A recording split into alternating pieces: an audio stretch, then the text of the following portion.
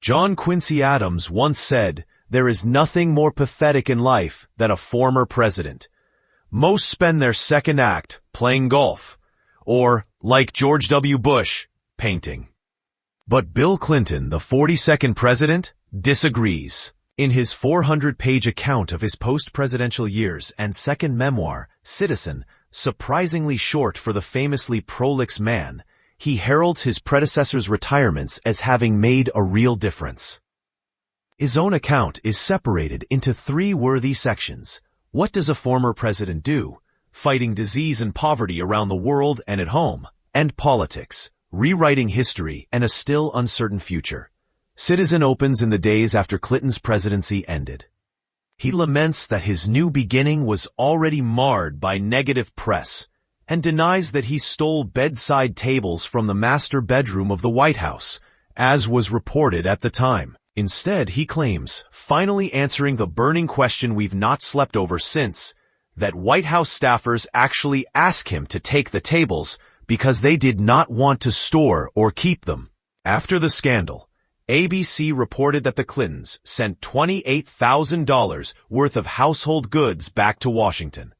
The book does eventually get juicier, but for a couple of lines on Monica Lewinsky and Jeffrey Epstein, you first have to get through 300 pages, admittedly well-crafted, of post-presidential foreign relations. In one chapter, Clinton recounts his visit to North Korea in 2009 at the request of Barack Obama to help rescue the imprisoned American journalists Laura Ling and Yoona Lee. When leader Kim Jong-il made attempts to engage him in more political discussions, the conversation moved to future relations. Clinton says, "I knew that I had to be careful.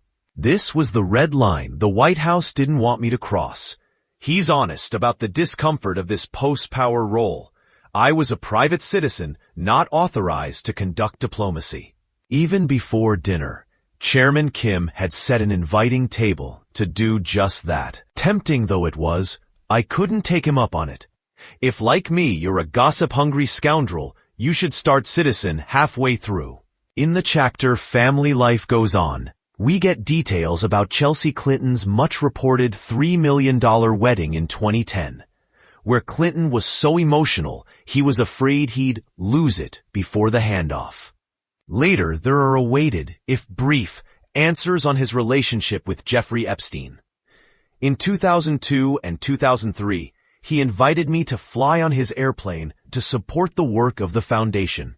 And in return for flying me, my staff, and my Secret Service detail who always accompanied me, Epstein asked only that I take an hour or two on each trip to discuss politics and economics. That was the extent of our conversations. He adds, but traveling on Epstein's plane was not worth the years of questioning afterward. I wish I had never met him. But if also like me, you most vividly remember Clinton for that infamous line, "I did not have sexual relations with that woman," then skip to the end. Here, Clinton recalls an interview on NBC in which he was accused of not apologizing to Lewinsky. "The interview was not my finest hour," he writes. "I was prepared to be asked why I hadn't apologized to Monica in person, but not to be accused of not apologizing at all." He adds of his apology, "I meant it then and I mean it today. I live with it all the time." Monica's done a lot of good and important work over the last few years in her campaign against bullying, earning her well-deserved recognition in the United States and abroad. I wish her nothing but the best. Citizen is an eloquent, if unremarkable, page-turner, littered with visuals that help us from chapter to chapter. It seems, or at least from Clinton's eyes, that after his presidency, he's loved wherever he goes. There's a shirt gifted to Clinton by a Ghanaian mother as a thank you for providing her with a job. A rock from Neil Armstrong's first moonwalk kept on a table in the Oval Office. A red clay elephant, made by an Indian widow.